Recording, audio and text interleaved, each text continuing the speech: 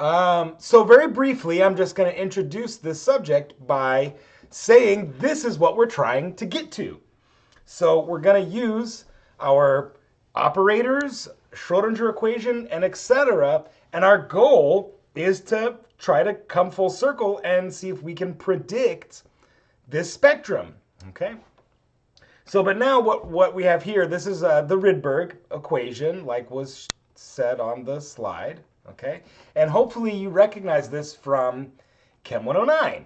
Okay. So the difference in energy levels for a given value of n, right, principal quantum number n, can be calculated. And of course, here's the Rydberg constant in terms of wave numbers, but we could turn that Rydberg constant into joules or frequency, right, whatever we want, okay? And I'm not so concerned with you memorizing all of these various regions of the spectrum.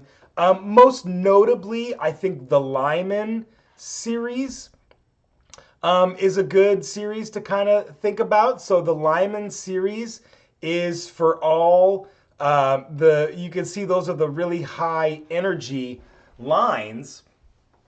So that Lyman series is typically from n equals 2 to n equals 1.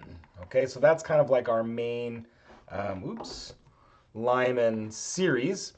And then specifically Lyman alpha is given by this line right here at 125 nanometers, okay? So then, of course, you can see we've got the Balmer, the Passion, and the Bracket series.